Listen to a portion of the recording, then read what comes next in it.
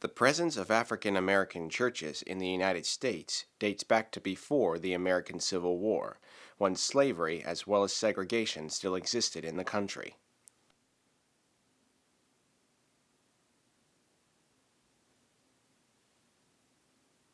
Today, this history is being shared by members of African American communities like the one in Stafford, Virginia, who now fill the shoes of some of their most astute ancestors of African descent. These are the stories of those who grew up in rural Stafford County, Virginia, and tell what life was like growing up in the early to mid-20th century during a time of segregation and growth. These stories tell of their lives attending church, community fellowship, family, and the future as members of Stafford's historical African American churches. Please join us as we explore their living legacies.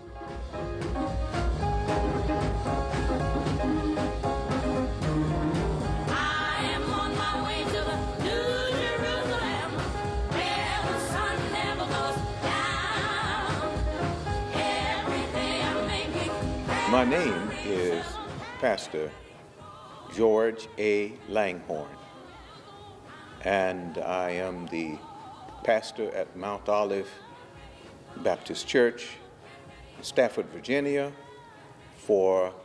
this is my second time around. Ralph Johnson, Mount Olive Baptist Church. I'm 4 years old. My name is Deacon Edgar Nelson. The name of my church is the Mount Olive Baptist Church. And I was approximately 3 or 4 years old when I started attending this church. My name is Doris Hill. I came to Mount Olive when I was 16 years old.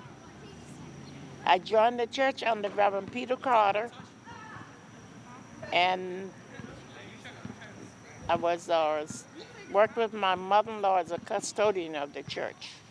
What year was that? 1950. Yeah, 1950. Okay, good.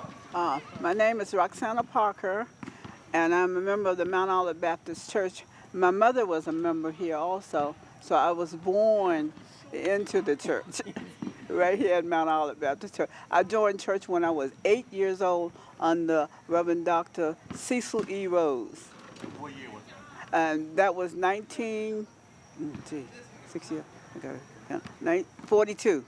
Wasn't 42, No, baby. it wasn't 42. No. 48, 6, It was 6, in the 54. 50s. I was gonna say 54, in the 1954, yeah. I first came in 1992, I think, and I served until 1994. After that, I was serving in Atlanta, Georgia, and I was called back to Mount Olive. What happened was he was in the military before, in the Navy, and so what happened is his tour was up, so he had to move, and so that's why we had to get another pastor. So then after that, he was currently available, and so we got him back as pastor in 2012.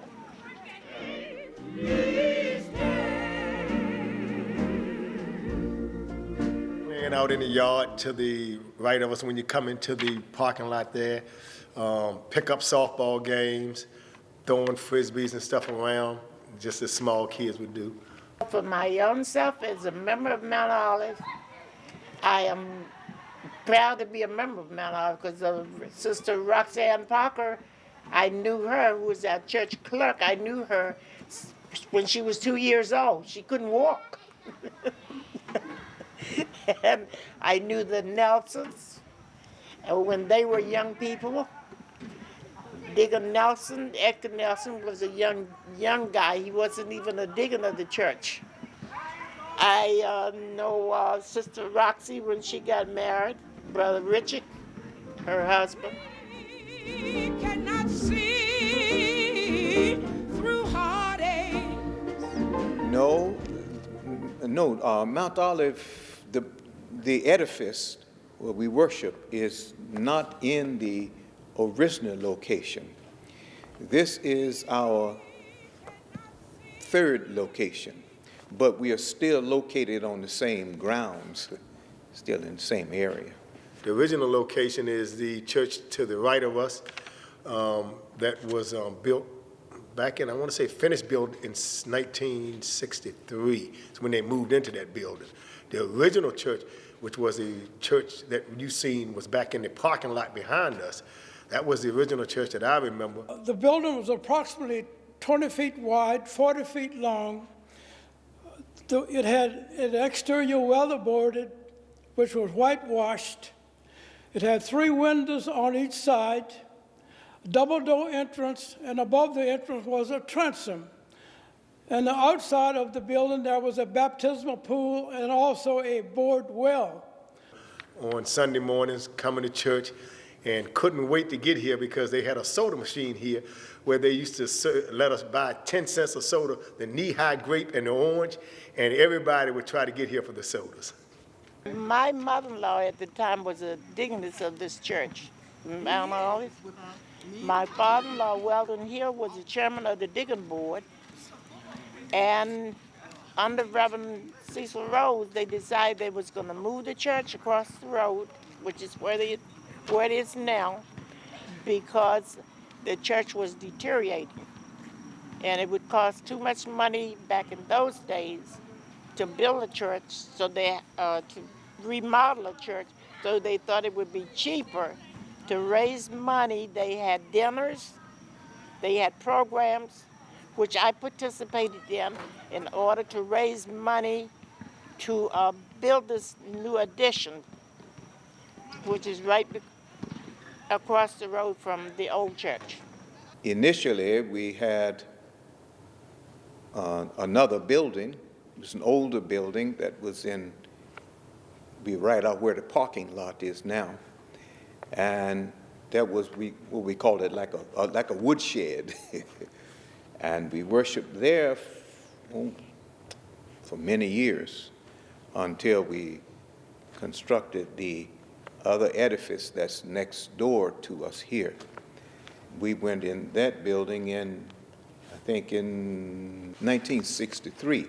And now, when I came the first time, that's where we were, in that building. But I remember the old building because it was a part of our history. And over there, right next to it, now we've built around it, we use it for storage, but that's where we had the water come out. So that's why I remember it. We had a well in there. When we first started building the church, my mother, like I said, she was a trustee, and her brother was a trustee. So they helped build the second church and all. And most of the money that was raised in the church was from free will offerings and all. And they would work to get everything in the church. And they even built this family shelter that we have down in there, and then redecorated a lot of the church and all. Mm-hmm.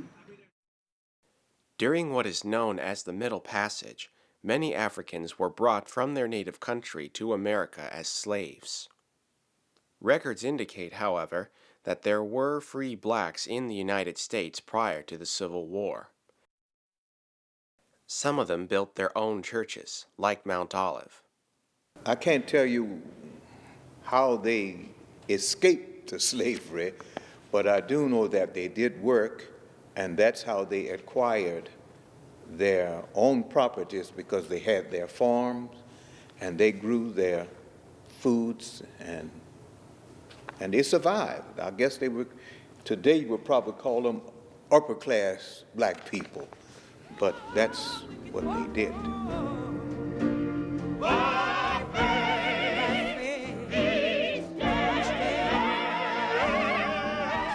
And what we did is we put on a campaign so that we could help raise money for the church, so that we could try to pay it all and all. So what we did is we put a campaign on, and it was called a furnishing donation campaign. So people raised money. They would put money for the windows, and they would either put their family members or they would put somebody that had passed, and they did the windows like that. They also did the rooms like that, and we have several rooms that have been paid for, and also for the pews. And they have plates on the pews where we have put family members of people that have donated money to the church.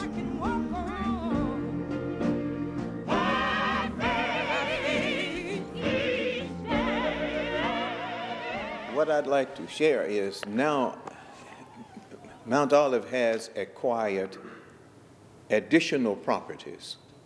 We have properties over to my left, and we have properties out back, and we just gained another 5 acres of land that's outside, goes back to the fences there and up the road.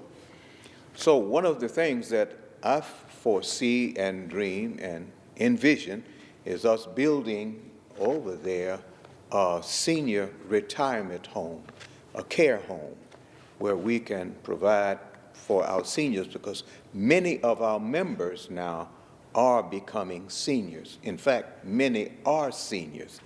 Remember, our church is 196 years old, and so we have some people who are in the 90s. In fact, we have one who just passed, was over 100. So that's part of the vision. To carry the load, he can see way down. Oh, we have, well, the Parkers, they're still here, the Johnsons, the Nelsons,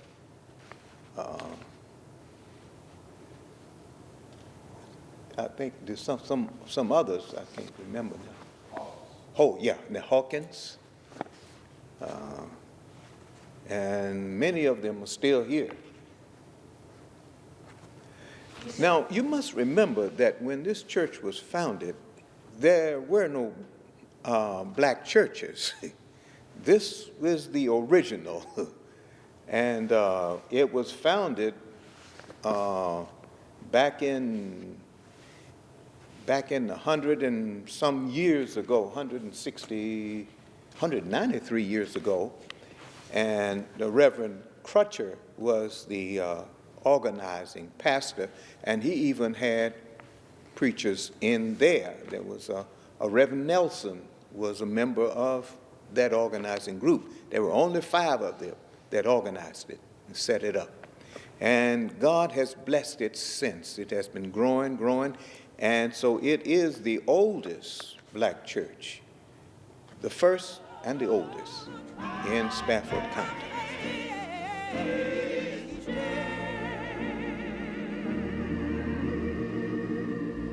Some of the activities was playing softball, pickup softball games, basketball games, throwing the frisbee, and playing hide and go seek.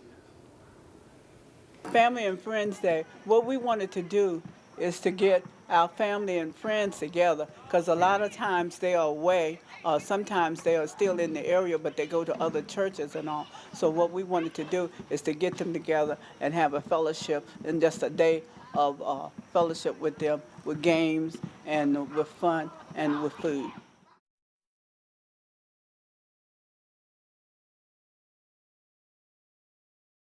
As typical Sunday as a youth, we would come in, go to Sunday school first, and then after Sunday school, we would come into the church service, and our parents would sit us in the pews, and we would have to sit there and be quiet the entire time. They didn't mind us falling asleep, because at that young age, some of us would probably fall asleep, but you could not talk, you could not chew gum, and you had to pay attention until you fell asleep. There was no such thing as a choir. Singing was done by the congregation. There was no pianist, there was no organist. They have a name for that type of singing back in those days, but there was no choir, there was no pianist. Singing was done at the floor level by the members. And today's service, compared to back then, it's just a lot more energy in the services. We have choirs singing, we have musicians playing, and you have a lot of people who sings out in the pews, who you give them testimonies, and that testimony may be something that happened to them that God has blessed them with, or just singing a song off their heart. And so the services now is probably a little bit more upbeat than it was back then. Back then it was old time church, old time religion, the foot stomping music. As Deacon Nelson said earlier, wasn't any pianos, wasn't any pianists. The people would sing their own songs, and they would stomp their feet, and the church would be rocking.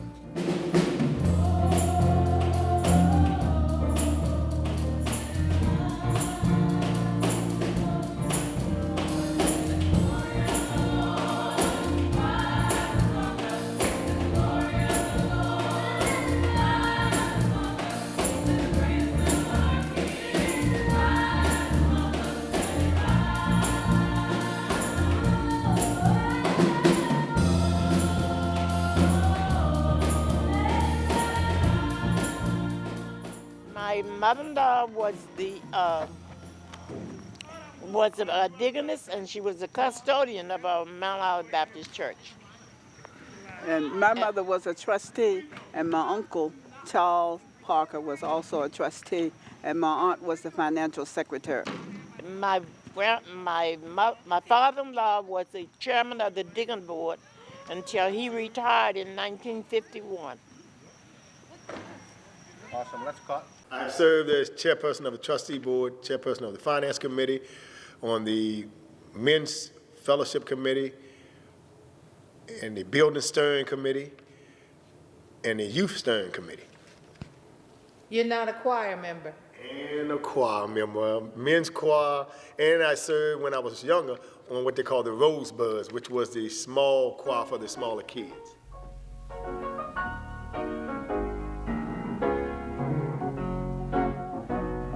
I have been a member at Mount Olive for about 55 years, pretty much my entire life. My mother and daddy was a member here. All 7 of my brothers and sisters were a member here. My grandfather was a member here. And to this day, my 6 brothers and sisters are, 6 of us are still, 5 of us now, 2 of them passed, but 5 of us are still members of Mount Olive. 3 of us sing in the choir. My older brother is chairman of the deacon board. I am chairman of the trustee board and finance committee. My sister serves on the 2 of my sisters serve on the flower decorating committee.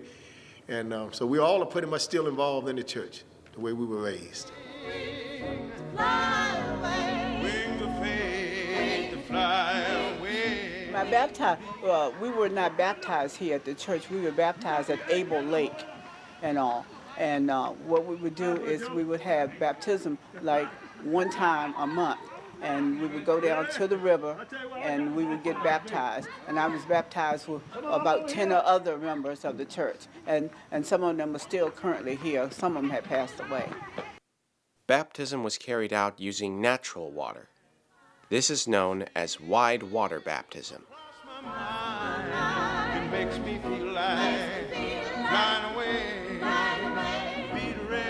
Yes, because pastors don't usually go back. So just to come back to a church is in itself a unique experience, because that's not something that normally happens. So it means that somebody there still loves you. And secondly, it means that God wants you to come back and carry on the work. To me, it is saying that God wants me to complete some things that we had begun. And I remember from the first time I was here, over 20-some years ago, that we had come up with our, we call it our motto now, but our theme, the church where everybody is somebody for God. That was our vision. But now we call it our motto. I guess if I were to turn the clock back, the greatest thing is to remember is the annual homecoming. When everybody in the community made preparations for the homecoming service. That's when everybody would gather and make sure the church was in tip-top shape, washed the windows, cleaned the floors, and made everything look good around the church, not only in the church, but in the community. During that week, we would have a visiting pastor to come in and hold the annual revival. During that revival meeting, all of the sisters in the churches would make sure that all the unsaved that were in the audience come and took a front seat because they were called sinners. They had to come forth, sit in front, and these are the ones that most likely the revivalists preached to.